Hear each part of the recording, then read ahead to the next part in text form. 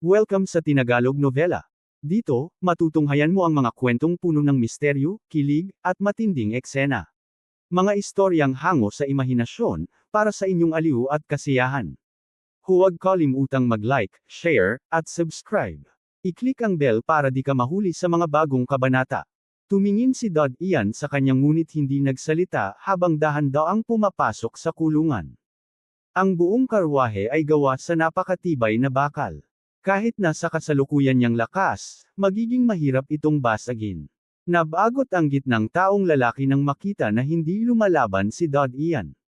Nilak niya ang kulungan at tumalon upang umupo sa harap. Ang karwahe ay may karwahe ng karwahe ng karwahe, parehong may suot na baluti. Mas mabuti siya kaysa sa mga naipadala noon. Napakabata pa niya pero mahusay sa panlilinlang. Nang ahas pa siyang mangabot sa isang aristokratikong dalaga. Isa siyang polaka sa balon. Kabaliw. Nangangarap lang siyang umangat. Okay lang, matagal na mula nang may bagong bagay na naipasa. Nananabik ang mga kapatid. Ang ganitong malambot na balat ang pinakapopular. Bata pa rin siya, Nag-usap at nagtawanan ang dalawa habang umaandar ang karwahe. May 4 na apprentice knights na kasama sa kanila. Umupo si Dad Ian ng cross-legged at tiningnan ang paligid. Pagkalabas ng kastilyo, dumaan sila sa tigang at radiation zone. Sa daan, may mga pinakanakang atake ng hayop ngunit madaling pinutol ng mga apprentice knights ang mga ito. Pagkatapos nilang maipasa ang inspection sa border fortress, dumating sila sa liblib na kagubatan. Huminto ang karwahe sa harap ng bilangguan, binuksan ng gitnang taong lalaki ang kulungan at sinabi, "Bumaba ka." Tumalon si Dad Ian palabas ng karwahe at sinabi, "Gusto kong mag-apela." "Makakagulantang ka lang." Pang-isi ang gitnang taong lalaki, "Akala mo ba magkakaroon ka ng pagkakataon? Walang makakarinig sa iyo. Napagpasyahan na at wala kang pagkakataong magsalita. Kung may sisihin ka, sisihin mo ang pagiging mahirap mo. Okay lang na isa kang hunter at kumita sa pamamagitan ng consortium. Pero bakit mo kailangang makialam sa isang anak ng mayayaman?" Tumitig si Dad Ian sa kanya ng malamig, "Hindi ka ba warden, tama?" Pang-isi ang gitnang taong lalaki, "Akala mo ba personal kang makikita ng gobernador para makapagreklamo ka? Wala kang karapatang iyon, bata. Isa ka lang trainee sa magistrate, wala nang iba. Akala mo ba mapapaniwala mo ako gamit iyon?" Huminga ng malalim si Dad Ian at ikinapa ang kanyang mga daliri, "Salamat sa inyong pagtuturo." Biglang pinukol niya ang mukha ng lalaki. Bang! Nabali ang ilong ng lalaki at damyugo ng malakas habang siya'y bumagsak. Lahat ay namangha sa biglaang pag-atake, walang nakaasang mangyari iyon. Nang ahas pang umatake si Dad Ian sa harap mismo ng bilangguan. Pumihit ang gitnang taong lalaki at tinakpan ang mukha upang pigilan ang dugo. Galit siya at may nakamamanghang titig kay Dad Ian, patayin siya. Inabutan ng mga apprentice knights ang kanilang mga sandata. May hawak silang sibat at espada. Ngunit hindi ang paraang inaasahan ni Dad Ian ang ginawa niya, sa halip, tumakbo siya. Tumakbo papunta sa bilangguan at sumigaw ng mataas, "Gusto nila akong patayin." Dahil sa sigaw, maraming tao ang tumakbo palabas ng bilangguan. Huminto. Binuksan ang pinto at 7 o 8 ang lumabas, pinamumunuan ng isang babae na may salamin. Nang makita niya ang mga knights na parating umatake kay Dad Ian, inutusan niya silang huminto. Tumigil ang mga apprentice knights at nagtinginan. Agad na tumakbo si Dad Ian papunta sa babae, "Na-bribe nila sila para patayin ako. Gusto kong mag-apela. Ikaw ba ang warden?" Tumango ang babae at nakasimangot, "Ako ang sekretarya ng hukom. May karapatan kang mag-apela. Matutulungan kita pero hindi ko alam kung maaprubahan ito." "Salamat. Maraming salamat," sabi ni Dad Ian. Lumapit ang gitnang taong lalaki na hawak ang ilong. Mukha niya'y pangit at may nakamamanghang titig kay Dad Ian, "Mi sekretarya, inatake kami ng masamang nilalang na ito at malinaw na gustong tumakas. Dapat siyang ipataw. Agad ng parusa ng kamatayan." Lumamlam ang mukha ng babae, "Tingnan mo ang sarili mong kahihiyan. Huwag magsalita ng kalokohan. Kami responsable lamang sa pag-aalaga ng mga bilanggo. Wala kaming karapatang pumatay." Huwag magsalita ng hindi totoo. Nakita ng gitnang taong lalaki na napunta sa sariling bibig ang dila niya, agad siyang yumuko, opo. Tumingin ang babae kay Ian, mula ngayon, ikaw ay nasa kustodiya. Kung uulitin mo ang ganitong bagay, kahit ano pa ang dahilan, hindi ito papayagan. Tumango si Ian ng tapat. Nakita siya ng babae at pagkatapos ay tumingin sa gitnang taong lalaki, ipasok siya ngunit hindi ka responsable sa pagmamanman. Ako ang mag-aayos ng tao at iPad-adala ito. Pagkatapos ay umalis siya. Pag-alis niya, matalim na tumingin ang gitnang taong lalaki kay Ian at may mababang tinig na sinabi, huwag mong isipin na nakatakas ka sa akin. Hanggat nandito ako, mamamatay ka. Tumugon si Ian ng malamig, hindi mo ba haharapin ang daan? Kumunot ang kamao ng gitnang taong lalaki ngunit pinanatili ang kanyang pagkontrol sa sarili at naglakad sa harap upang pamunuan ang daan. Thornflower Prison na kilala rin bilang, the first prison of Sylvia. Ang kasikatan ng bilangguan ay nagkatibingi sa ilang mga sinaunang maharlikang pamilya. Bukod sa mga kaugnay na tauhan, iilan lamang ang nakakaalam sa lokasyon nito. Sa kasalukuyan, isang higanteng bakal na karwahe ang paminsang nanginginig habang gumagalaw. Ang kulungan ay natakpan ng itim na tela at tinali sa iba't ibang lugar upang hindi ito mabuksan ng hangin. 12 opisyal na kabalyero mula sa hukuman ang inatas ang mag-escort sa mga bilanggo. Bagamat hindi sila kasing lakas ng Knights of Light, 12 kabalyero ng hukuman ay katumbas ng lakas ng 1,000 gwardya sa labanan. Huminto ang karwahe habang inalis ang itim na tela na nakatikip dito. Isang figurang nakaupo ng cross-legged ang lumitaw. Si Ian ay gutom na ng 7 araw sa detention house ng dating bilangguan. Ang kanyang buhok ay magulo, ang balat ay mapatla. Sa kasalukuyan, ang kanyang mga kamay at paa ay nakatali sa matibay na metal na kadena, na pumipigil sa kanyang kilos. Bumaba ka, bahagyang sumigaw ang isa sa mga kabalyero. Itinataas niya ang kanyang ulo at tumingin sa paligid ng karwahe. Ang kanyang mga mata ay kumislap nang makita ang estruktura na tinatawag na Thornflower Prison. Ang bilangguan ay matatagpuan sa gitna ng lawa. Sa kasalukuyan, maliban sa pasilyo na nag-uugnay sa lupa at bilangguan, tubig ang nakapalibot sa lahat ng panig.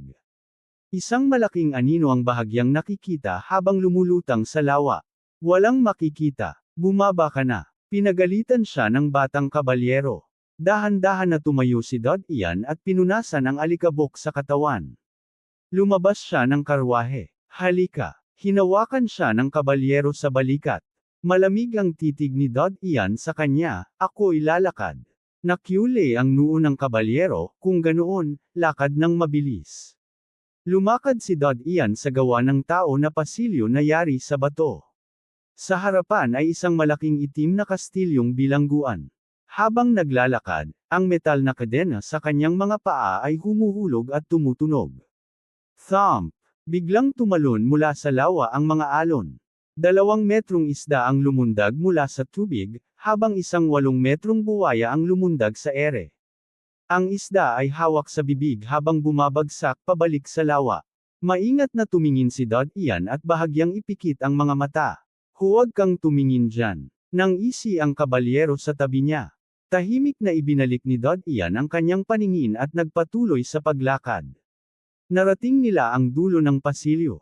Ang itaas ng bilangguan ay napapalibutan ng mga hardin. Sa kasalukuyan, maraming mga alalay ang nagpuputol ng damo at nagdidilig ng halaman. Pumasok kayo, ang bilangguan ay nasa ilalim ng hardin, sabi ng isa sa mga kabalyero. Sa kahabaan ng bato na daan sa hardin, pumasok sila sa gate ng kastilyong bilangguan. Pumasok sila sa isang marangya at maluwang na lobby. Nakita ni Ian ang 7 o 8 jailer na nakaupo sa lobby, kumakain ng merienda, umiinom ng kape, nakikipag-chat at nagbibiro. Kung wala silang uniforme at badge sa balikat, iisipin ni Ian na nasa high-end restaurant siya sa komersyal na distrito. Tumingin ang mga tao sa lobby sa kanila. Ang ilan ay may kakaibang ngiti sa mukha habang tinitingnan si Ian. Ito ang unang beses kung makakita ng ganito kaliliit. Siya ang magiging panlaban ko. May bago tayong laruan. Noong nakaraan, masyado siyang mahina at namatay agad pagkatapos ng ilang ulit. Nabigyang pansin ni Dad Ian ang kanilang mga bulong dahil napakatalas ng kanyang pandinig. Mabilis mo siyang dalhin. Utos ng isa sa mga jailer sa tabi ng pinto. Sumama ka sa akin, iniutos ng kabalyero. Dumaan sila sa madilim na corridor patungo sa basement. Ang basement ay puno ng mga kagamitan sa pagtorture. Ang lahat ay may mantsa ng dugo, ilan ay may natirang laman ng katawan. Mukha si Dad Ian ay malungkot. Ang jailer na nakaupo sa counter sa tabi ng interrogation room ay nakita silang dumarating, bago. Ito ang impormasyon niya. Dinala namin siya sa iyo, sabi ng kabalyero habang iniabot ang dokumento. Tiningnan ng guard ang dokumento, kawatan lang. Sigurado ba kayo? Isang magnanakaw ang iPad ay dala sa amin. Ngunit nang suriin ang iba pang detalye, napagtanto niya ang sitwasyon, oo, kawawang maliit na tao. Hindi siya nakaramdam ng awa kundi kasiyahan sa mukha. Inilagay ang dokumento sa counter at sinabi kay Dad Ian, bunot ang damit mo. Bahagyang nakakulay ang noo ni Dad Ian at hindi sumunod. Sino ang nakuha natin dito? Hindi pa ako kumakain buong araw kaya simulan na natin. Tumayo ang guard at dinala ang malaking timba ng tubig at ibinuhos ito sa ulo ni Dad Ian. Ibaba ang ulo ni Dad Ian at bahagyang ikanuro ang mga kamao. Napansin ng jailer ang mga kamao ni Dad Ian at nang isi, galit na siya. Gusto mo bang makapaghiganti? Gusto ko ng ganitong klase, mga nag-iisip na matapang sila. Mas mabuting sumunod ka na, sabi ng kabalyero mula sa hukuman na nakatayo sa likod ni Dad Ian. Mukha siyang nagtataka. Mali ka. Dito sa bilangguan, hindi kami mga demonyo kundi mga banal na anghel, sagot ng jailer. Napangisi ang kabalyero. Ngunit ang jailer ay nakatingin kay Dad Ian, bata, bingi ka ba o bobo? Bakit ganito ka kasigasig? Hinawakan niya ang bakal na tubo at tinamaan ang balikat ni Dad Ian. Bang! Ramdam ni Dad Ian ang sakit at tumitig sa jailer. Puff! Isang suntok lang ay nagpadapa sa batang jailer. Ang tunog ng nabasag na buto ay umalangaw-ngaw. Tigil! Mabilis na sinaway ng mga kabalyero si Dad Ian at pinigilan siya. Nagulat ang leader ng kabalyero sa lakas ni Dad Ian. Sa wakas, pinilit nilang dalhin siya sa cell at ilock sa bakal na krus. Pinigil siya ng maayos. Habang nagtitiyaga, ang iba pang mga jailer ay naghanda ng palakol at mga spikes. Napuno ang ilang oras ng torture si Dad Ian. Ipinagpatuloy ng guard ang pananakit kay Dad Ian gamit ang mga matatalim na spikes at martilyo. Ilang oras ang lumipas, idinala nila ang dugot pawis na katawan ni Dad Ian sa isang mas mababang palapag. Oy, bagong dating. Kawawa siya. Amoy dugo. Isa sa kanila ang nagbiro at ibinaba si Dad Ian sa isang malamig at maruming sahig. Click, nakalok ang pinto ng kulungan. Umalis ang mga guards na may ngiti sa mukha. Biglang naramdaman ni Dad Ian ang malaking kamay na humawak sa kanyang buhok at hinayla siya pataas. Isang mataba ang nakaharap sa kanya at nginitian siya. Demonyo, anong krimen ang ginawa mo para mapako? Dito, mahusay, mahusay. Huminga si Dad Ian, baba na ako. Ngunit ang mataba ay hindi nakinig. Unti-unting naiintindihan ni Dad Ian ang layunin nito at bagaman gising ang isip, hindi makagalaw ang katawan dahil sa sakit ng mga spikes. Panahon mo na, kaya mo na itong tamasahin, sabi ng mataba. Tumitig si Dad Ian sa kanya, sigurado akong mapapanalo ka kung susubukan mong ipasok ito sa bibig ko. Ipipiga ko agad ang ulo mo kung susubukan mo. Malamig na sagot ng mataba. Tumitig pabalik si Dad Ian, kapag nasasaktan ako, unang reaksyon ko ay ipikit ang mga ngipin ko. Si Fatty ay napigilan ng bahagya nang marinig niyang nagsalita si Dad Ian. Napangisi siya habang tinitingnan ng batang may pile na mata. Bubasadyan ko muna ang ngipin mo, tingnan natin kung paano ka kakagat. Nagbago ang mukha ni Dad Ian. Natigilan ka ba? Halika at hawakan mo siya. Sigaw ni Fatty habang bumabalik siya. Ilang tao ang lumabas mula sa kadiliman ng kulungan. Sila'y tumawa at nangisi habang papalapit. Mukhang malakas ang batang ito. Mas magiging masaya ito habang nilalaro namin siya. Huwag kang magpigil, bata. Gagawin kitang masaya. Ang halakhak ay umalangaw-ngaw mula sa katabing kulungan. Sabi ng ilan, baboy, huwag masyadong lamabis. Gusto rin naming makipaglaro sa kanya. Bihira ang ganitong bata. Maswerte ang murang baboy. Kung alam ko lang may bagong dating, pinapatay ko na sana ang isa o dalawa para mapunta siya sa kulungan ko. Tumingin si Dad Ian sa mga papalapit na tao. Amoy ihi ang kanilang katawan. Napaiyak siya sa loob, pero nagkumpas ng ngipin at pinilit tumayo. Halos masira ang kanyang katawan sa kaunting galaw. Halos mawalan na siya ng malay. Ngunit dahil sa halakhak mula sa paligid at sa mga papalapit na tao, napuno ng takot at galit ang kanyang puso. May malalim na kawalang malay at kalungkutan. Ikinampay niya ang mga kamao at umungol. Huwag kayong lalapit. Ngunit sa bawat pagungol niya, lalo lamang yumangay ang halakhak ng iba. Ang kanyang gulugod ay mahigpit na nakadikit sa kulungan. Gusto niyang tumakas ngunit wala siyang matakbuhan. Ano ang desperasyon? Nararapat niyang mabuhay kahit pa harapin ang mga halimaw. Ngunit sa oras na iyon, ang kawalan ng pag-asa ay pumuspo sa kanyang mga buto. Isang tao ang lumapit at hinawakan ang kanyang braso at balikat. Natakot si Dad Ian na parang hayop sa sulok. Yumalulong siya sa galit at itinaas ang kamao upang sumuntok. Nang itaas niya ang braso, tumunog ang kadena sa kanyang pusas. Tumulo ang sakit mula sa kanyang balikat, halos mawalan siya ng malay. Bang! Ang payat na taong humawak sa kanyang braso ay tinamaan ng suntok ni Dad Ian sa dibdib. Lumakad ito ng ilang hakbang paatras at muntik nang bumagsak. Patuloy niya itong hinaplos upang maibsan ang sakit. Dahil sa biglang kontra, natigilan ang iba sandali. Nagkatahimik muna ang mga katabing kulungan, ngunit maya-maya ay muling umalangaw-ngaw ang halakhak. Medyo may lakas ang batang ito ah. May lakas pala siya para makipaglaban kahit nasasaktan. Hehe, baboy, ang mga tauhan mo'y mahihina. Hindi nga nila kaya makipaglaban sa bata. Haha. Nagalit si Fatty nang marinig ang tawa mula sa ibang kulungan. Putang ina, alisin ang pantalon niya, susubukan ko siya ng maayos. Sigaw ni Fatty. Agad na lumapit ang iba. Nagsimula si Dad Ian na sumigaw at magpakawala ng suntok habang nakikita ang mga lalapit. Natigilan sila sandali, ngunit isa sa mga matapang ay sinubukang hawakan ang kamao ni Dad Ian. Ngunit nang mahawakan lang, nanghina ang braso niya at mabilis na umatras. Nakakita si Fatty na natatakot ang iba lumapit kay Dad Ian, kaya siya na ang lumapit at sinipa ito sa dibdib.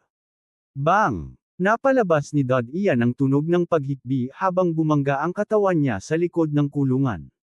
Nagpatuloy si Fatty sa pagsipa sa dibdib ni Dad Ian at sumigaw.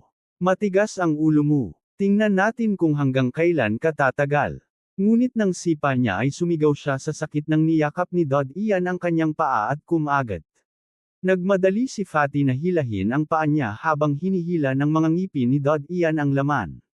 Sa galit at sakit, itinaas niya ang kamao upang suntukin si Dad Ian sa ulo. Halos mawala ng malay si Dad Ian dahil sa suntok ni Fatty, ngunit isa lamang ang iniisip niya. Huwag susuko. Kailangan mabuhay. Bang! Bang! Napansin ni Fatty na walang epekto ang mga suntok niya.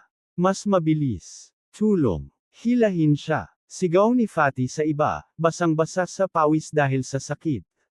Agad na hinayla ng iba ang mga kamay at paa ni Dad Ian. Isa sa kanila ay matalino at sinipa ang sugat ni Dad Ian. Dahil sa matinding sakit, hamina ang kamay ni Dad Ian. Ginamit ni Fatty ang pagkakataon at inalis ang kanyang paa. Malinaw ang mga kagat sa hita niya, halos mapunit ang laman. Uling sumigaw sa sakit at umupo sa banig. Sumigaw sa mga kasamahan. Suntukin ninyo siya ng todo. Gusto ko siyang patayin. Agad na sinimula ng iba ang suntok kay Dad Ian. Pakiramdam ni Dad Ian ay parang ibinuhos siya sa isang blender. May tuloy-tuloy na suntok na tumatama sa katawan niya. Siguro kung susuko ako, mawawala na ang sakit. Isang iniisip niya sa sarili. Huwag mag-alsa, huwag lumaban, kung hindi mamamatay ka, isang boses ang palaging bumubulong sa isip niya. Hindi niya alam kung gaano katagal ang suntok, ngunit sa wakas ay tila napagod na sila at itinapon siya sa sahig. Pakiramdam niya ay tahimik na ang mundo. Nanalangin siya na makapagpahinga sandali. Ngunit hindi kasing ganda ng akala niya ang mundo. Kapag may nahulog, may ibang udyok na tatapak sa kanya. Hawak siya sa baywang na parang mahina at malambot na bag ng buhangin. Nalilito siya ngunit nagising ang isip niya sa oras. Kahit na hindi niya makita, alam niya kung anong posisyon ito. Huwag mag-alsa. Hindi masyadong masakit, panghihikayat ng boses sa isip niya. Taitiis. Iniisip niya, kahit matiis niya ang ganitong sakit, paano kung isuko niya ang sarili? Maraming naiisip sa kanyang isipan. Hamyuni at kumilos siya. Itinaas ang kaliwang braso, umikot at tinamaan ang anino sa tiyan. Bang! Agad na bumitaw ang humawak. Tumayo si Dad Ian, ikinampay ang kamao at umungol ng malakas. Umalangaw-ngaw ang ungol sa buong kulungan. Ang taong tinamaan sa tiyan ay handang humabol, ngunit natigilan sa sandaling marinig ang ungol ni Dad Ian. Parang naglaban ang mga halimaw. Ang ungol ay nakapagpatahimik sa kanya. Ang halakhak ng ibang kulungan ay napasupol ng ungol. Lahat ng tumingin sa batang payat ay napilitang itigil ang pangmamaliit sa kanya. Nagkatahimik sa buong kulungan. Si Fatty, na hawak ang kanyang nasugatang hita, ay nagmura, baliin ang kanyang mga kamay at paa. Gawin mong hindi na siya makagalaw, tingnan natin kung paano siya makakabalik laban dito. Ang lalaking hawak ang kanyang tiyan ay nag-alinlangan, ang maliit na demonyo ay sobrang lakas, hindi tulad ng karaniwang tao.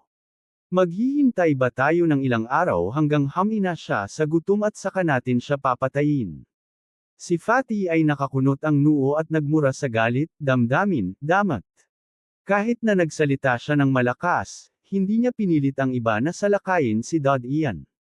Nakakagulat ang ginawa ng bata sa kanya. Karaniwan, ang taong tinusok ng mga tinek ay parang patay na aso na sumusunod lang. Kahit gaano pa sila karebelde dati, wala silang lakas para lumaban. Ang maliit na demonyo na ito ay kakaiba. Wala siyang lakas na tumayo noong unang ipinasok sa selda, pero ngayon ay kumikilos na parang mabangis na hayop. Bukod dito, naranasan niya mismo ang lakas ni Dad Ian. Iniisip niya na kung hindi ginamit ang mga tinek, baka hindi niya kayang kalabanin ang bata. Huwag ninyong hayaang makahinga siya. Ang maliit na demonyo na ito ay maaaring isang mangangaso o isang mataas na antas na kabalyero. Kahit na pangit ang mukha ni Fatty, matalim ang kanyang isip, sa susunod na 24 na oras, palitan ninyo ang pag-atake sa kanya. Huwag ninyong hayaang makatulog siya. Hindi ako naniniwala na hindi siya mabibigo at masisira. Baboy, tigilan mo na. Isang boses ang umalangaw-ngaw mula sa susunod na selda, may potensyal ang bata. Lumubog ang mukha ni Fatty, Scar, hindi sa ayaw kitang bigyan ng mukha. Pero nasaktan ko na ang bata. Kapag gumaling siya sa loob ng ilang araw, wala nang magandang kinabukasan para sa akin. Kailangan ko siyang tapusin. Nangangako ako, hindi ka na niya uulitin. Ang mabigat na kabataang lalaki ay nakakunot ang noo. Nakangisi si Fatty, kapag gumaling siya at nagbabalak ng paghihiganti, baka hindi mo siya mapigilan. Hindi bukas ang desisyong ito sa diskusyon. Huwag mo nang pilitin ako. Ang mabigat na kabataan ay may seryosong mukha habang tinitingnan si Fatty ngunit hindi nagsalita. Bakit kayo natigilan? Sabi ko, huwag ninyong bigyan siya ng pagkakataon na makahinga. Sigaw ni Fatty sa galit. Nag-alinlangan ang iba pero lumapit pa rin upang takutin si Dad Ian. Gusto nilang manatiling tensyonado siya. Tumingin si Dad Ian sa mga taong lumalapit sa kanya habang nanginginig ang kanyang katawan. Noon, nang siya'y pinahirapan, nawalan siya ng maraming dugo. Malabo ang kanyang paningin. Itinaas niya ang kanyang mga kamay at ginawa ang posisyon ng atake habang hinihintay na bumalik ang lakas niya. Napansin ng matalinong bilanggo na parang walang laban si Dad Ian, kaya gumawa sila ng ilang peke na galaw upang lokohin siya at biglaang sumugod. Dumaan ang ilang beses. Ang matalinong kabataan ay nakapuntos ng sipa sa leeg ni Dad Ian. Si Dad Ian, na parang sumuko na, ay biglang itinaas ang kanyang braso at nahuli ang paa ng kabataan. Itinaas ang isa pang braso at tinama sa tuhod. Kotsa! Narinig ang tunog ng nabasag na buto. Sumigaw ang kabataan ng parang baboy sa sakit. Nagmadali ang iba na atakihin si Dad Ian upang pilitin siyang bitawan. Hindi nagpatuloy si Dad Ian sa paglaban at humagdan pabalik sa likod ng kulungan. Huminga siya ng malalim. Kumpara sa dati, halos hindi na niya matiis ang sakit. Unti-unti, nakasanayan ng katawan ang sakit. Hilahin ng iba ang nasugatang kabataan.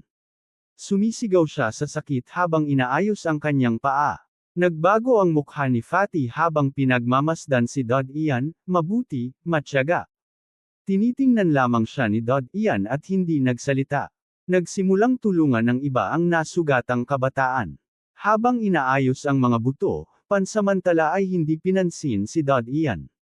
Alam ng mga nakamasid sa ibang selda na natapos na ang entertainment. Nakakabor, sabi ng isa. Hindi kaya ni Pig na kontrolin ang bata. Piggy, kung hindi mo patayin ang bata, ikaw pa ang mamamatay. Hindi ko maisip kung gaano siya kasama para itapon sa thorn flower sa edad niya. Narinig ni Fatty ang mga salita pero hindi siya nagalit. Hindi niya inasahan na puno ng mga patibong ang bagong bata. Pinili niyang maghintay. Ilang oras ang lumipas, binuksan ng dalawang gwardya ang pinto at inilagay ang dalawang kahoy sa hagdan. Itinaob ang kariton at itinulak sa promenade. Oras na para kumain, basura. Biglang tumahimik ang tawa at ingay sa mga selda nang marinig ang boses ng gwardya. Kinuha ng isa pang gwardya ang isang pirasong madilim na tinapay at ibinato sa bawat selda. Sir, mukhang mas kaunti ngayon, sabi ng isang bilanggo. Yumuko ang gwardya sa selda at sinabi, sa susunod, mas kaunti ang makukuha ninyo. Napansin ng bilanggo at umiling, marami. Ibigay mo sa akin. Sigaw ng gwardya habang papalapit sa selda. Nang inag ang mukha ng lalaki ngunit iniabot pa rin ang tinapay. Kinuha ng gwardya ang tinapay, isinubo sa lupa, at pinatapak hanggang pantay. Tumalikod siya at ngumisi, basura. Sandali lang, dumating ang kariton sa selda ni Dad Ian. Nakakita ang isa sa mga gwardya kay Dad Ian at yumuko sa kulungan. Ang gawin ng maliit na demonyo ang nagpapanatili sa kanya buhay. Hindi pa rin siya mapapigil ni Pig. Nakababa si Dad Ian ng ulo at hindi nagsalita. Ngumiti ang isa pang gwardya, narinig ko ngayon na may bagong bata na pininsala ang isang gwardya. Siya ba ang maliit na bata na iyon? Tumawa ang naunang gwardya, oo. Pero malas niya dahil sa katangahan. Hindi ba niya alam na ang unang hakbang ay ang magtusok ng tinik? Magpapahiga siya sa kama ng 6 na buwan at malulungkot ang asawa niya. Tumawa ang isa pang gwardya. Lumiko ang gwardya at sinabi, gusto niyo bang manood ng palabas? Itinaas ng mga bilanggo ang kanilang ulo at sumigaw, oo. Ipinakinggan ng gwardya ang tugon mula sa lahat ng selda. Kinuha niya ang dalawang itim na tinapay at tiningnan ang selda ni Dad Ian, maglalaro tayo ng kaunting laro.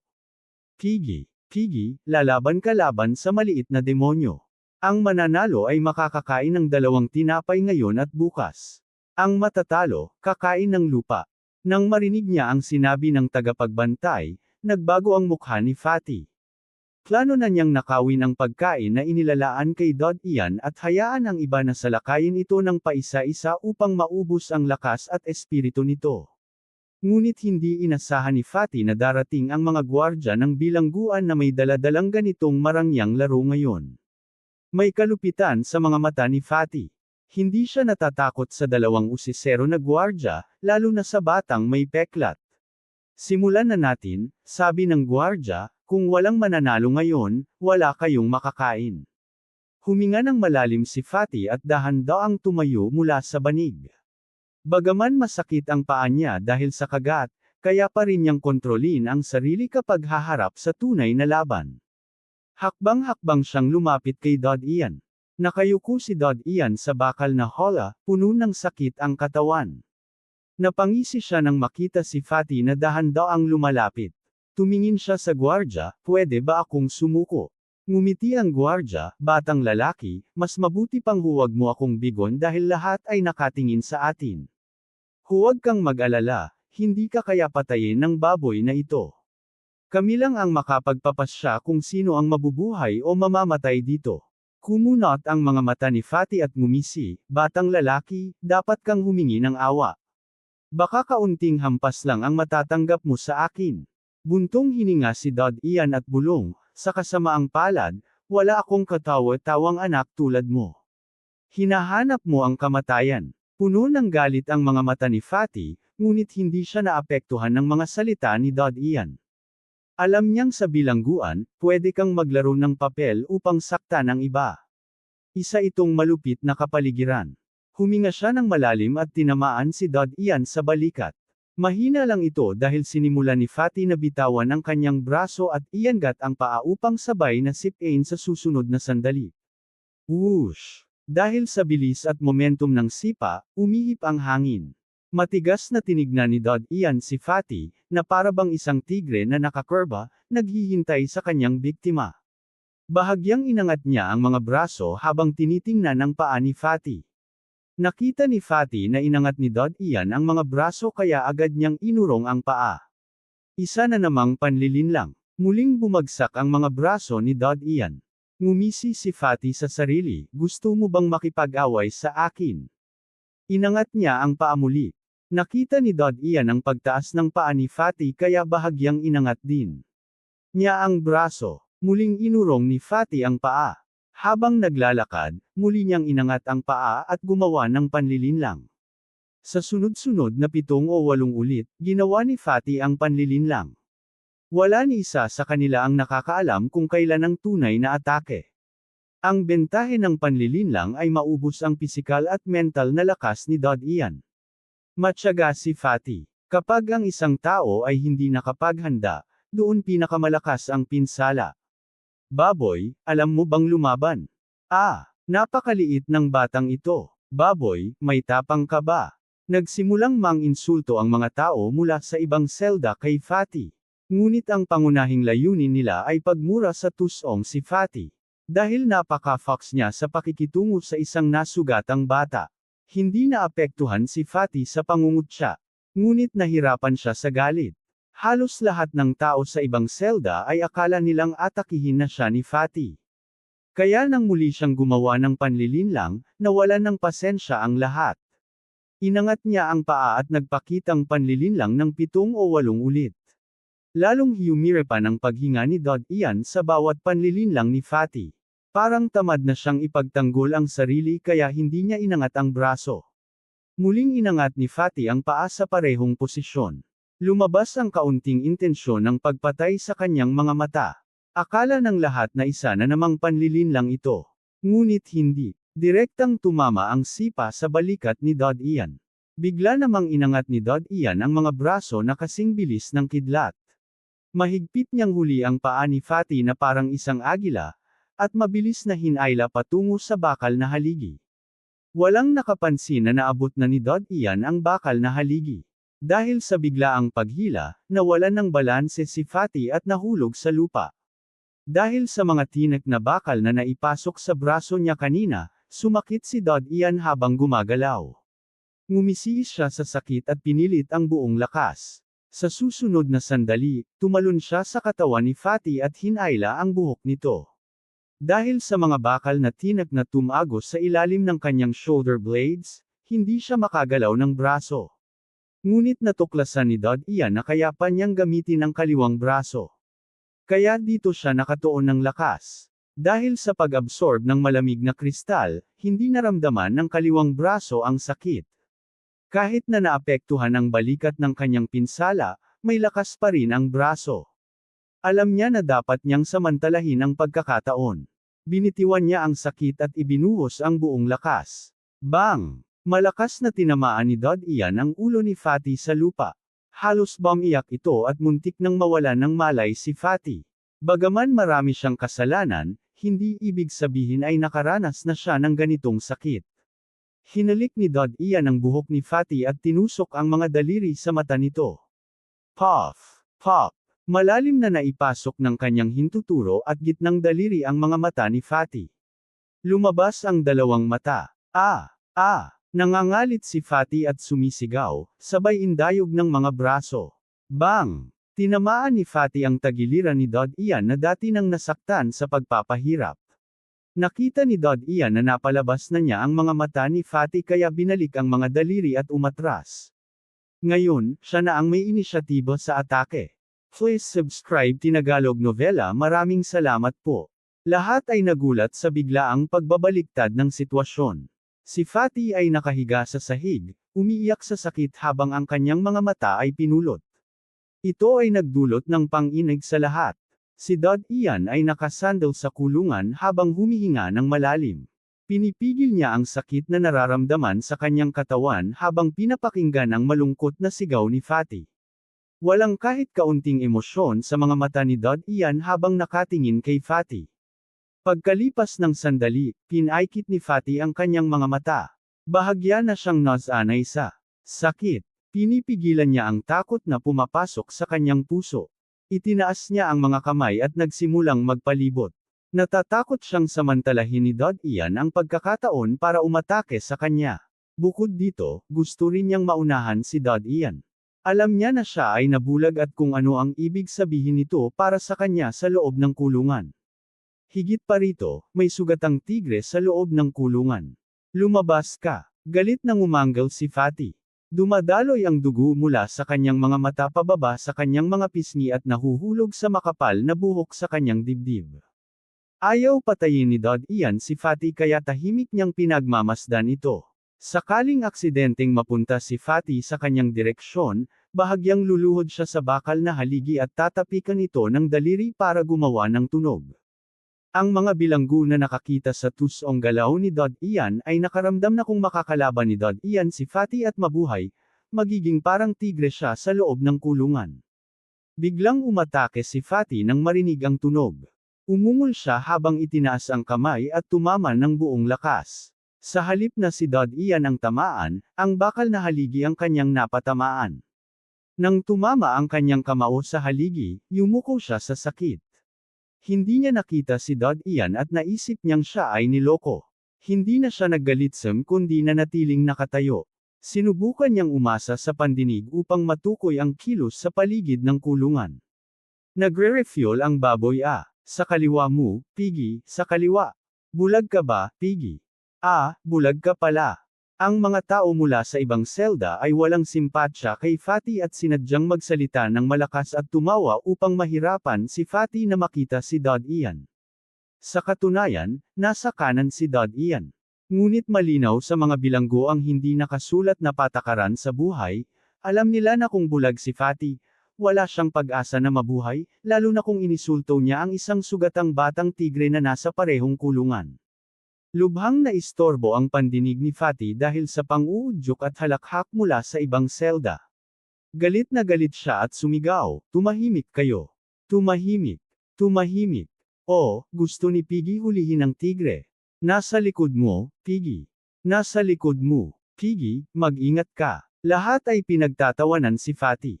Lalo na yung nakakita na nakikinig at tumutugon siya sa mga salita ay hindi nakatiis at tumawa ng malakas.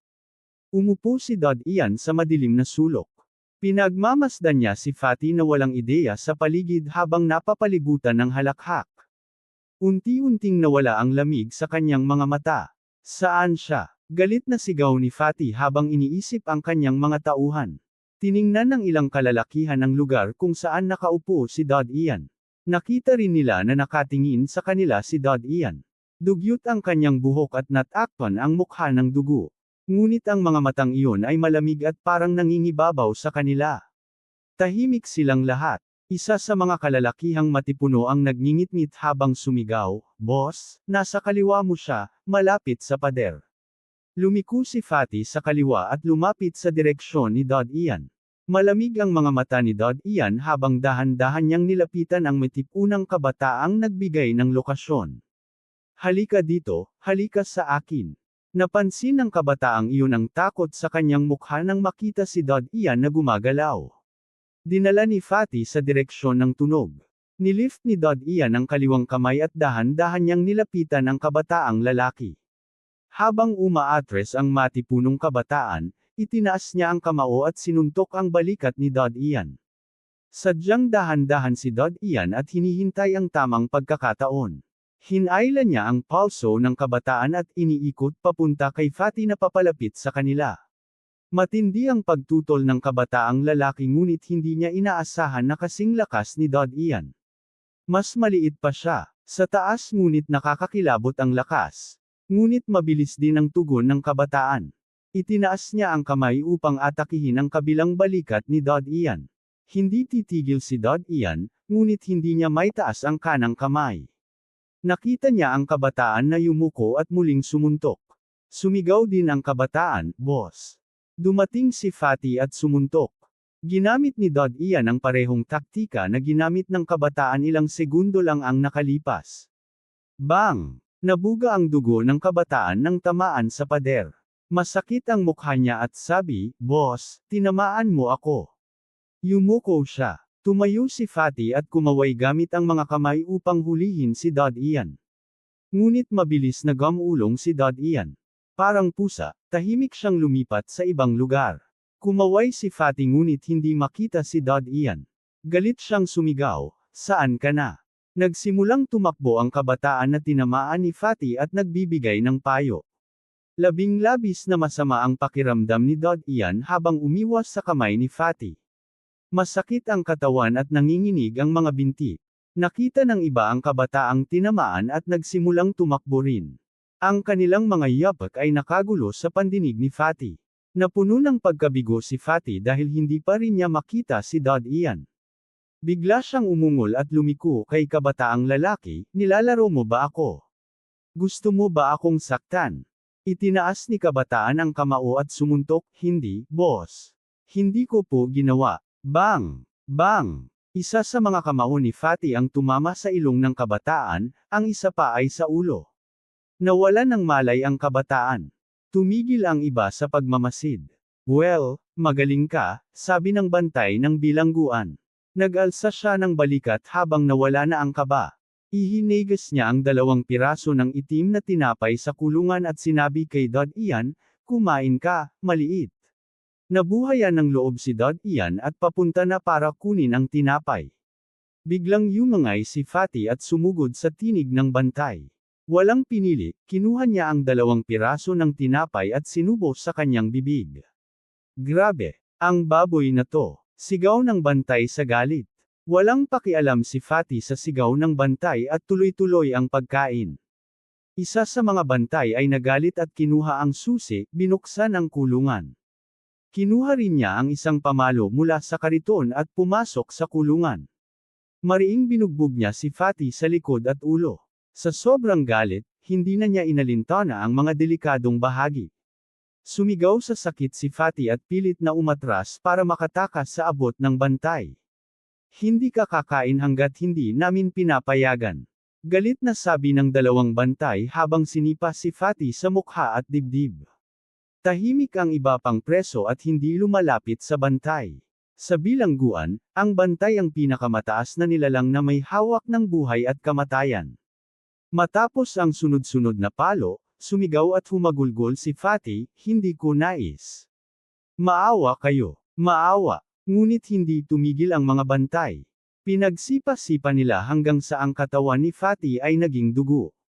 Pareho silang huminga at umalis sa kulungan, saka lumunok sa mukha niya. Napansin ni Dod Ian ang natirang piraso ng tinapay sa sahig. Gusto niyang kausapin ang 2 bantay ngunit nag-atubili siya. Dahan-dahan niyang kinuha ang piraso, dinurog, at dahan-daang kinain. Hindi siya kumain ng 6 o 7 araw sa bilangguan. Napakaubos niya at ito ang kanyang unang pagkain sa halos 1 linggo. Nagpatuloy ang mga bantay sa pamamahagi ng pagkain sa ibang kulungan. Pagkatapos, itinutulak nila ang walang lamang kariton pabalik habang nag-uusap at nagtatawanan.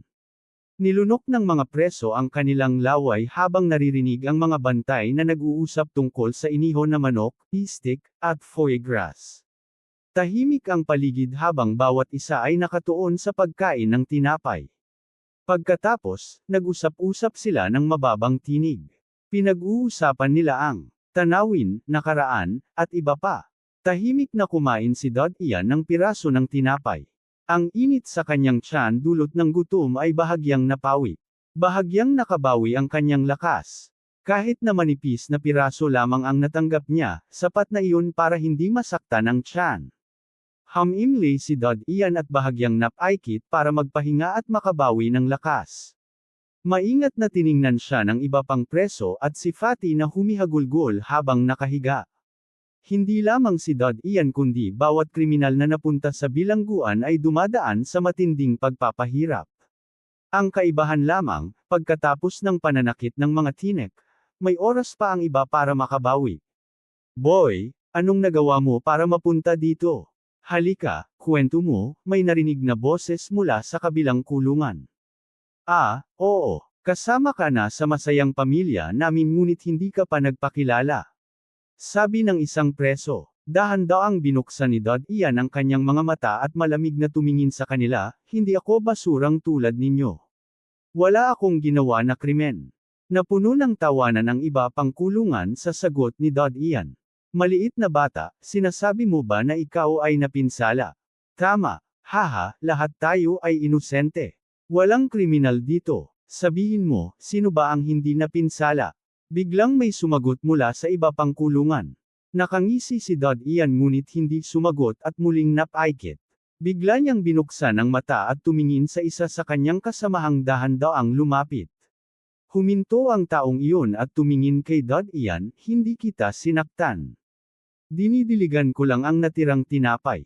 Dahan-dahan niyang pinulot ang mga mumo sa sahig at nilagay sa bibig. Napansin ito ni Dod Ian at naintindihan ang nangyayari. Hindi siya sumagot at muling napaikit. Sa gabi, pumasok ang dalawang bantay dala ang kariton sa promenade. Isa sa kanila ay bamulong, ngayong araw, may dagdag na benepisyo. May steak. Sino ang gusto ng steak? Nagkagulo ang mga kulungan sa balita. Gusto ko rin. Bigyan niyo ako. Natuwa ang bantay sa ganitong reaksyon. Bumangon siya at may pahiwatig na tono, ang dami ng gusto. Alam niyo ba ang luma nating patakaran? Alam niyo ba ang gagawin? Tahimik ang lahat nang sabihin ng bantay ang mga salita. Lumabas ang dalawang preso mula sa kalapit na kulungan. Isa si Scar, na nagsalita dati para kay Dod Ian. Nag-away sila at ilang minuto lamang, nanalo si Scar. Ang ilan sa kanyang mukha ay namumula at namaga.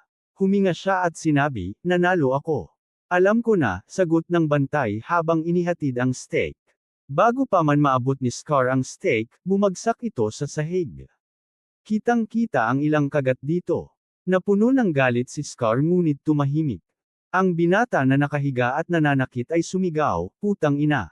Sampain ka. Kinuha ni Scar ang steak at ibinalik sa kulungan. Itinutulak ng bantay ang kariton at ipinamahagi ang tinapay. Pagkatapos, dinala nila ang binata at umalis. Huminga ang lahat nang marinig ang mga pinto ng kulungan. Mga dalawang halimaw na to. Unlucky Jean. Kinuha ni Dod Ian ang 4 na piraso ng tinapay na naiwan sa pinto ng kulungan. Tumingin siya sa mga gutom na mata, sino ang gustong kunin ito? Lahat ay tumanggi. Isang boses ang nagsalita ng palakpak, sa hinaharap, ikaw ang aming boss. Susunod kami sa lahat ng utos mo. Naintindihan ni Dod Ian ang batas ng pag-survive sa bilangguan. Kumain siya ng 2 piraso at itinabi ang 2 para kainin sa hating gabi. Hindi naglakas loob ang iba na kunin ang tinapay. Napansin niya na hindi kinain ni Scar ang steak kundi itinatago sa kanyang mga bisig. Napansin ni Scar ang tingin ni Dod Ian. Ngumiti siya, little guy, tawagin mo akong Scar. Paano kita tatawagin? Dean, sagot ni Dod Ian. Tumango si Scar, dati ka bang hunter o knight mula sa magistrate? Hindi ka ba knight of light? Nagkunot noo si Dod Ian at hindi sumagot. Napagtanto ni Scar na ayaw ni Dod Ian makipag-usap sa detalye, kaya hindi na siya nagtanong. Bakit hindi mo kinakain? Tanong ni Dod Ian. Huminga si Scar, si Jean ay nasa masamang kalagayan ngayon. Iiwan ko na sa kanya. Naintindihan ni Dod Ian, tinutukoy ni Scar ang binatang blonde, nagpanggap ka ba? Tumango si Scar, oo. Paminsan-minsan, ang iba ay nagbibigay ng maganda sa atin pero gusto nilang mag-away tayo. Kaya sumusunod lang kami. Sulit ang pinsala. Dati ay akin sana. Pero pininsala nila si Jean, kaya para sa kanya ang steak bilang kabayaran. Nang sumang-ayon ang iba sa kulungan, kinain nila ang steak. Pagkalipas ng ilang oras, dinala pabalik ang binatang blonde. Dugo ang dumidikit sa katawan. Inihagis siya sa kulungan at hindi gumalaw ng matagal. Tumawag si Scar, Jean. Jean. Dahan-daang gumalaw si Jean at sinabi ni Scar, kainin mo ito. Suffer ka na ngayon. Tinulungan siya ng iba para makaupo. Hindi nagtagal, hating gabi na at kinain ni Dod Ian ang natirang 2 piraso ng tinapay at natulog. Kinabukasan, naramdaman ni Dod Ian na bahagyang gumaan ang sakit. Medyo may ulcer pa ang sugat mula sa tinek. Wala namang first aid kit kaya ang laway niya ang gamit niya sa paggamot. May 2 pagkain sa isang araw, tanghalian at hapunan. Sa tanghalian, may 3 tinapay. Kinuha ni Dod Ian ang 2 at itinapon ang isa sa iba. Nais niyang gumaling ang sugat, hindi ang mag-away. Napansin niya na hindi nag-aaway ang iba. May unspoken na pagkakaintindihan para makaligtas. Tulad ng kay Scar at Jean. Kung lalabag sa unspoken na batas, tiyak na mamamatay, tulad ni Fatty. Si Fatty ay labis na nasaktan at walang nag-alaga sa kanya. Ang sugat ay nagpapahina sa posisyon mo sa bilangguan. Maliban na lang kung tulad ni Dod Ian, na kahit nasaktan, kaya niyang kontrolin ang iba. Unti-unting nagising si Fatty kinagabihan. Si Fatty ay umiyak dahil sobrang sakit ng katawan niya. Lalo na't sinipa ng mga gwardya ang mga parte ng katawan niya na tinusok ng mga tinek. Sa puntong iyon, ang katawan niya ay nanghina at wala siyang lakas para bumangon. Galit siyang umungol, papatayin ko kayong lahat. Halika at tulungan niyo ako. Ang iba ay umatras sa sulok habang tinitingnan si Dod Ian. Kahit ang dating matipuno at matapang na binata ay hindi naglakas loob tumulong kay Fatty matapos ang paalala ni Dod Ian noon. Yumiingit si Fatty ng ilang beses ngunit walang sumagot. May halong takot at lungkot sa kanyang puso. Galit siya pero alam niyang iniwan na siya. Walang sino man ang tutulong sa isang bulag na tigre. Bukod dito, si Fatty ay hindi rin maganda ang ugnayan kina Jean at Scar na may mataas na reputasyon sa bilangguan. Karamihan sa mga pinuno ng selda ay nirerespeto sila. Kaya kahit na nasaktan ang pinuno ng selda, susuportahan sila at walang maglakas loob manakot sa kanila. Kalungkutan, kawalang lakas, kawalan ng pag-asa, kadiliman. Naalala niya noong unang beses siyang ikinulong, na hindi rin naman matagal. Umiiyak siya noon sa pang-aabuso. Ngunit nagawa niyang umakyat sa ranggo sa lugar na iyon. Ngayon, muling bumagsak siya. Tahimik na pinagmamasdan siya ni Dod Ian ngunit hindi nagsalita. Sandali lang, dumating ang oras ng hapunan at inihagis ng gwardya ang 4 na tinapay sa kanilang selda. Kinuha ito ni Dod Ian. Narinig ni Fatty ang tunog at umakyat siya. Ngunit hindi niya sinunggaban ang tinapay, sa halip, yumuko siya kay Dod Ian at nagmakaawa, patawarin mo ako, nako. Ikaw ang aking boss. Isa ako sa iyong mga tao ngayon. Huwag mo akong kamuhin. Hindi gaanong iniisip ni Dod Ian ang nagbago nilang posisyon. Ngunit iniisip niya na desperado si Fatty na lalaban. Kaya nanahimik siya sandali bago tiningnan ang iba pang mga kasamahan sa selda. Sa tingin ninyo, dapat ko ba siyang patawarin? Ang iba ay nakaupo sa ibabaw ng banig sa sulok habang nakatingin sa tinapay sa kamay ni Dod Ian. Isa sa kanila ay dahan-daang sumagot, "Boss, dapat mo siyang patawarin. Lahat kami ay naka-assign sa trabaho ng bilangguan. Kung masisira siya, mahihirapan din kami dahil mas kaunti kami sa trabaho." Tumango si Dod Ian at naghintay hanggang umalis ang 2 gwardya. Sinabi niya, sirain ang isa sa kanyang mga kamay at ang kanyang 3 paa. Nagulat ang iba sa narinig na utos ni Dod Ian. Nagbago ang mukha ni Fatty habang nakahiga sa lupa. Pinaikit niya ang mga daliri pero pinakawalan ito upang magmakaawa, "Kuya, tama sila. May 1 linggo pa tayong trabaho. Kung masisira ang kamay ko, magiging inutil ako. Kailangan pantay ang trabaho ng iba, kaya masusuffer ka rin." Tahimik na tinitingnan siya ni Dod Ian, "Sa tingin mo ba kailangan kong personal na makialam sa trabaho?" Nagulat si Fatty. Nagbago rin ang mga mukha ng iba. Alam nila ang ibig sabihin ng sinabi ni Dod Ian. Hindi nila inaasahan na kahit nagbago ang boss nila, pareho pa rin ang kondisyon nila.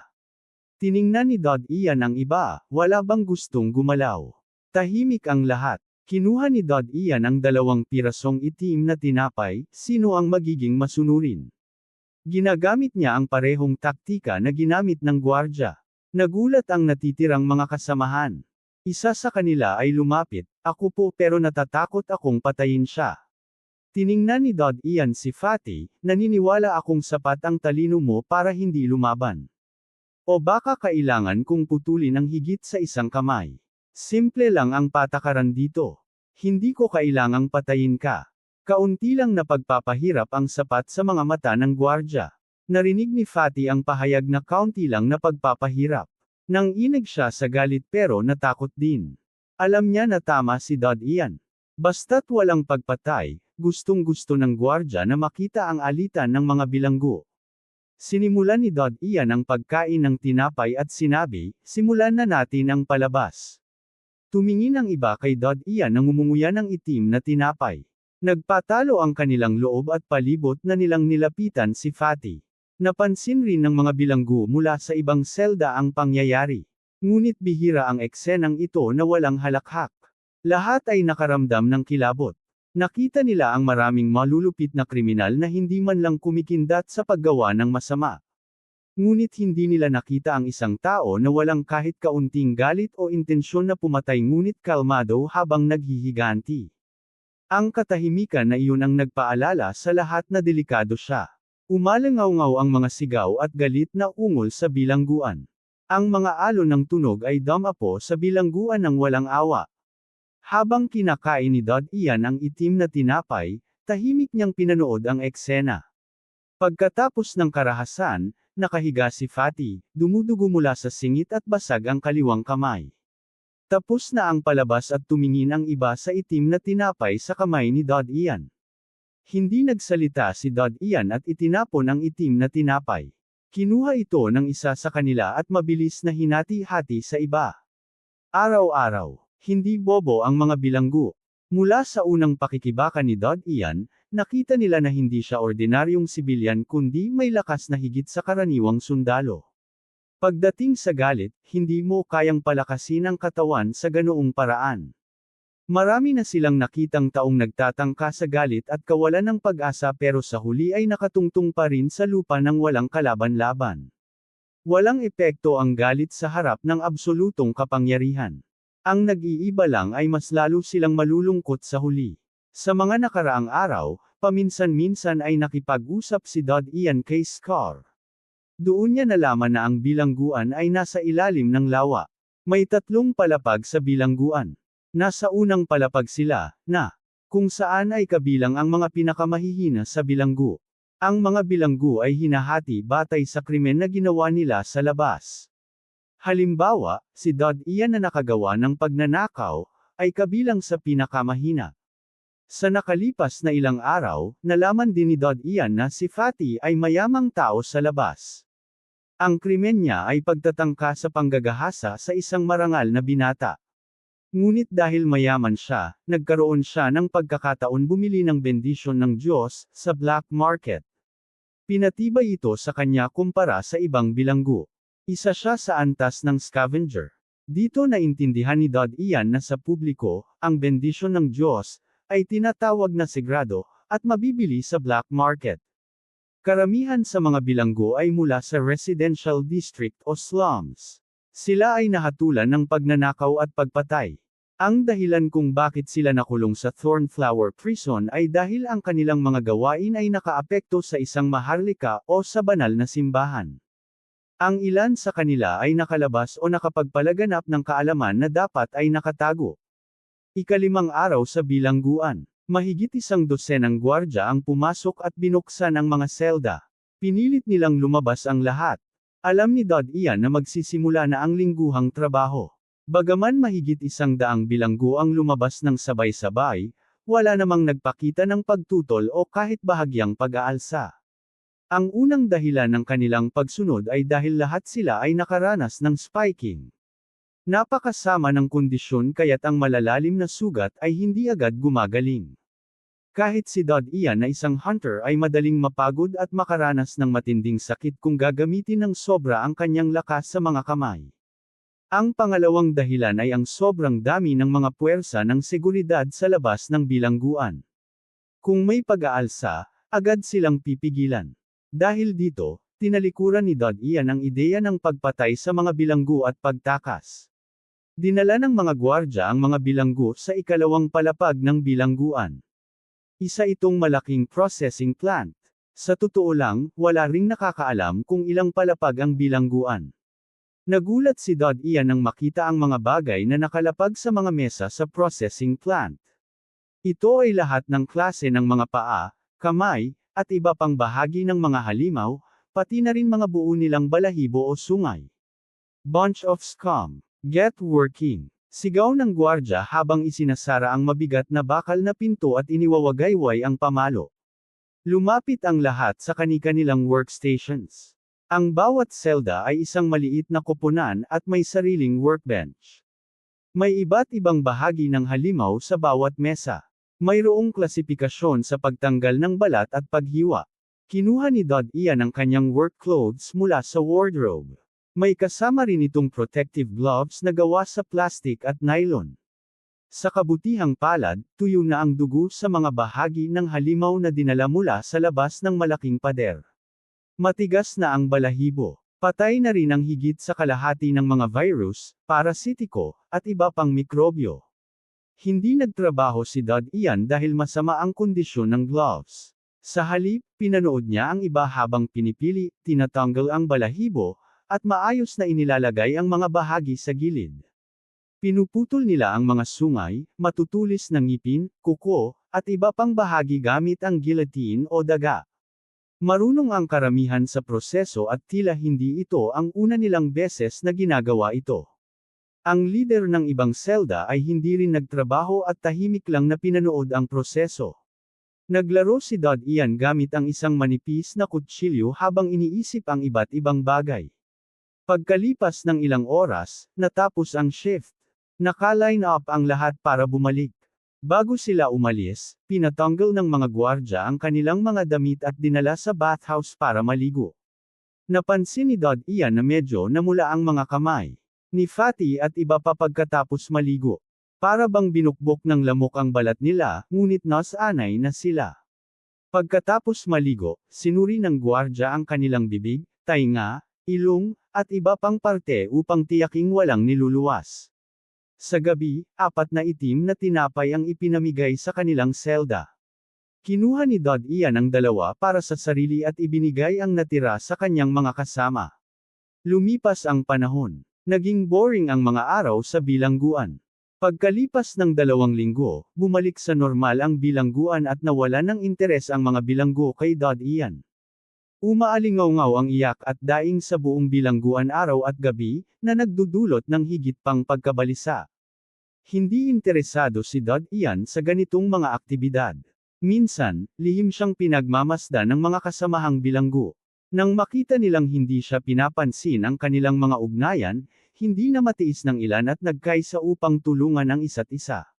Walang silbi ang ikatlong paa ni Fatty, kaya hindi matutupad ang kanyang mga hangarin.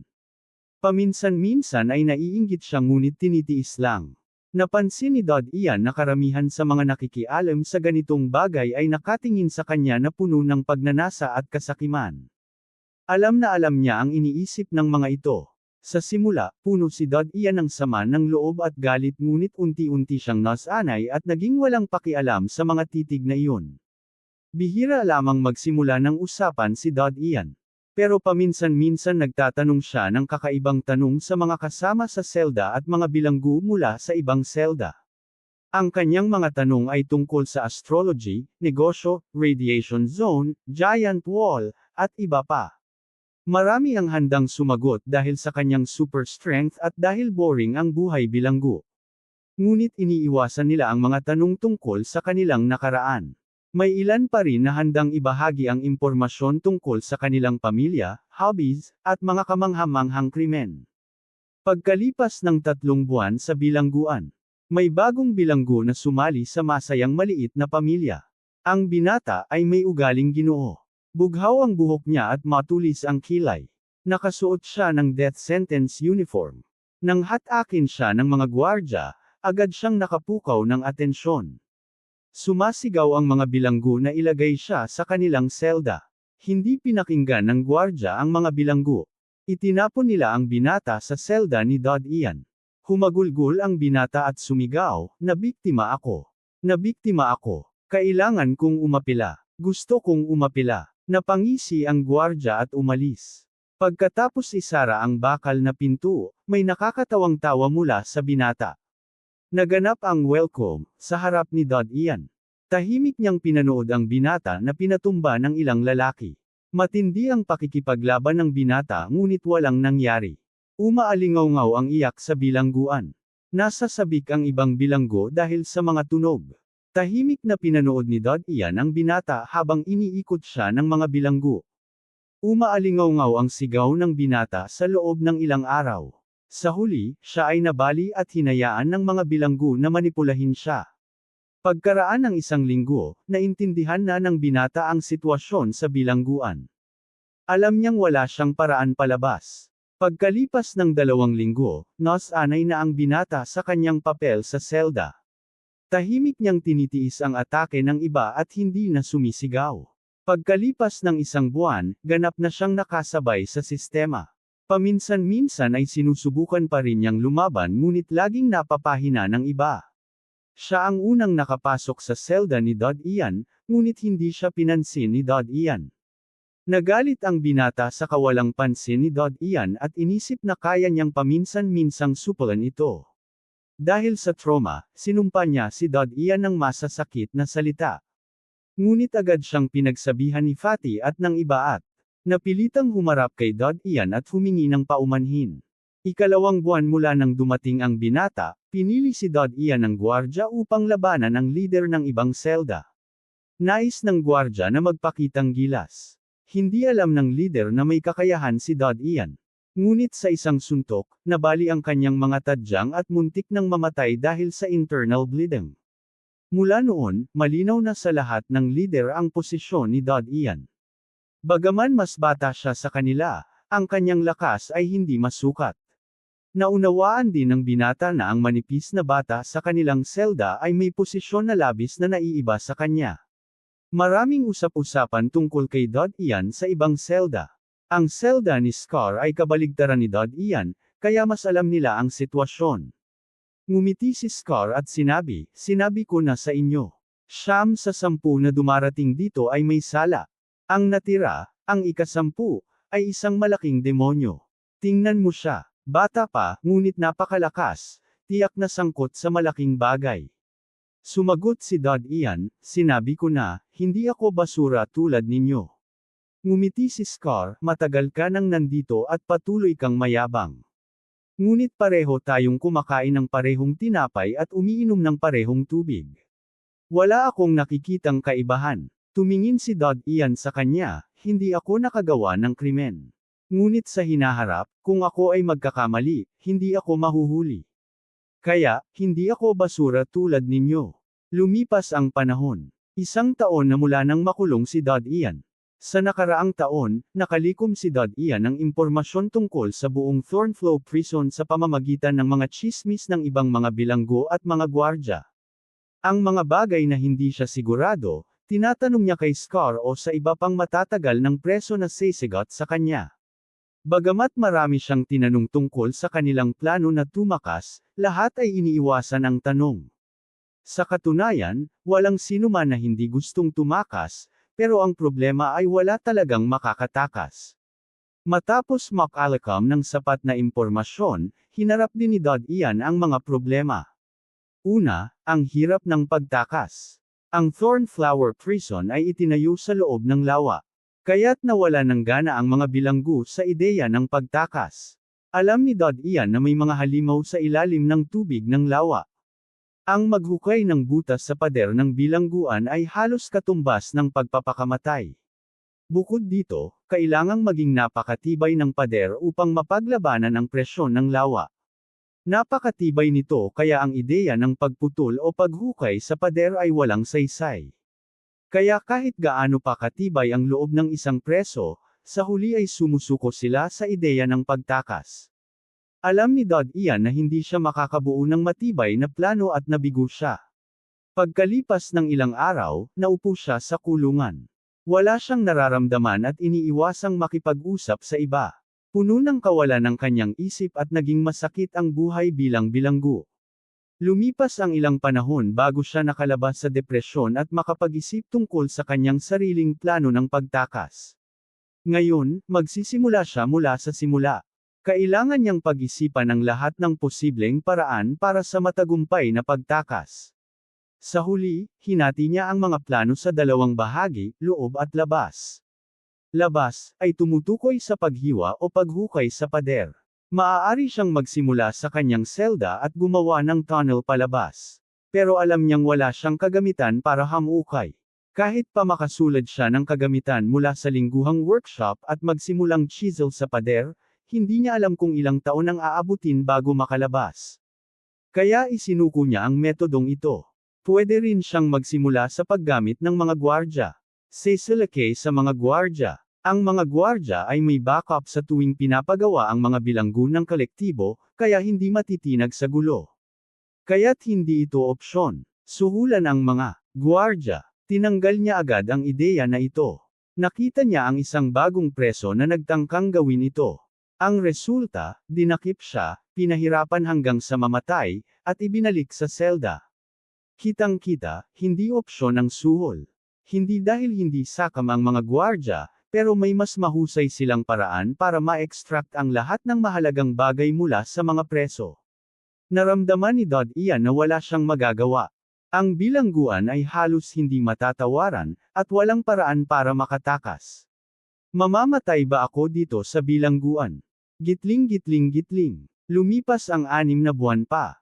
Naging baliw si Dodd Ian. Nagsimula siyang magsalita ng walang kabuluhan at halos patayin ang kanyang mga kasamang preso sa selda.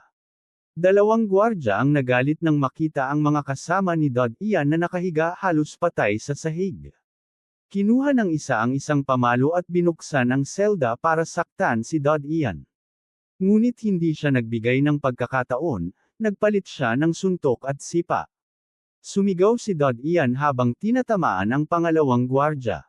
Napakalakas niya. Parehong nadapa ang 2 gwardya sa sahig. Nagulat ang ibang mga preso. Walang makapaniwala na may ganoong lakas siya kahit pa may mga tinak sa katawan. Tumakbo ang isa sa gwardya. Pagkatapos, dumating ang 5 gwardya upang atakihin si Dodd Ian. Pinagtulungan siya at pinwersa palabas ng promenade. Pagkalipas ng higit 1 oras, ibinalik siya ng mga gwardya sa selda, duguan. Ilang araw pagkalipas nito, nang gumaling ang sugat ni Dodd Ian, nagsimula siyang magsigaw muli. Si Fatty, na nakabawi na ng kaunti, ay muling binaril at pinatay. Nakita ito ng mga gwardya na nagdadala ng pagkain at nagmadali upang pigilan siya. Lumaban si Dodd Ian sa kanila at natamba ang trolley sa kanilang labanan. Nakita ng gwardya na hindi nila kayang supulan si Dodd Ian kaya tumakbo ang isa upang humingi ng backup. Muling pinwersa palabas si Dodd Ian at muling ibinalik matapos ang pagpapahirap. Ngunit ngayong pagkakataon, itinapon siya sa hiwalay na selda. Grabe, baliw na itong bata. Bakit hindi nila ilipat sa ibang seksyon? Galit ang mga gwardya, ngunit ang magagawa lang nila ay pahirapan siya. Talaga, iniiwasan nilang patayin ang preso. Ang pagpapahirap ay maliit na bagay at pwedeng itago. Ngunit kung mamatay ang preso, hihingin ng mas nakatataas na opisyal ang paliwanag. Kahit gaano kamayaman o may impluwensya ang pamilya ng preso, hindi nila papayagan ang kamatayan ng bilanggo ng walang paliwanag. Bukod dito, nakakita na ang mga gwardya ng maraming preso tulad ni Dodd Ian na hindi nakayanan ang buhay bilang bilanggo at nabaliw sa paglipas ng panahon. Ang isang normal na tao ay tatagal ng 3 hanggang 5 taon bago bumagsak ang kalooban. Ngunit ang ilan na mahina ang loob ay nababaliw agad, at ang iba ay nagtatapos sa pagpapatiwakal. Kaya hindi na nakapagtataka na ganoon ang kilos ni Dodd Ian. Kahit gaano katatag si Dodd Ian, alam ng gwardya ang kanyang edad. Sa huli, bata pa siya, kaya hindi pa kasing tibay ang kanyang puso kumpara sa matanda. Binigyan ng gwardya si Dod Ian ng kakaunting pagkain, tinapay na itim lamang habang nasa solitary confinement. Unti-unting nangungulubot ang katawan niya. Ang kanyang pisngi ay lumalabas, at ang mukha niya ay halos parang bungo. Sa kabutihang palad, hindi siya nauuhaw. Dahil sa tubig, bihira ang namamatay sa gutom. Patuloy pa rin ang baliw na asal ni Dod Ian habang nakakulong sa solitary. Paminsan-minsan ay tinatamaan niya ang mga bakal na poste o hinahati ang mga banig. Unti-unti, hamuupo ang sintomas, paminsan-minsan ay nag-aaway pa rin siya at nananakit. Alam ng mga bilanggo na baliw na si Dod Ian at hindi na nila pinapansin ang kanyang pagmumura. Ngunit may pagtingin sila sa kanya na may panghihinayang, na parang nakikita ang kanilang sariling hinaharap sa kanyang kasalukuyan. Pagkatapos na medyo bumalik sa sarili, muling isinama ang mga gwardya si Dod Ian sa lingguhang trabaho. Hindi pwede ang mga preso na walang ginagawa. Lumipas ang 1 pang 6 na buwan, at ito na ang ikalawang taon ng pagkakakulong ni Dod Ian. Ngunit lalo pang lumala ang kanyang kabaliwan. Paminsan-minsan ay hinahampas niya ang kanyang ulo sa pader at sinisaktan ang sarili. Minsan ay binabato niya ang tinapay sa gwardya at minumura sila. Please subscribe Tinagalog Novela, libre lang yan kaibigan, maraming salamat po.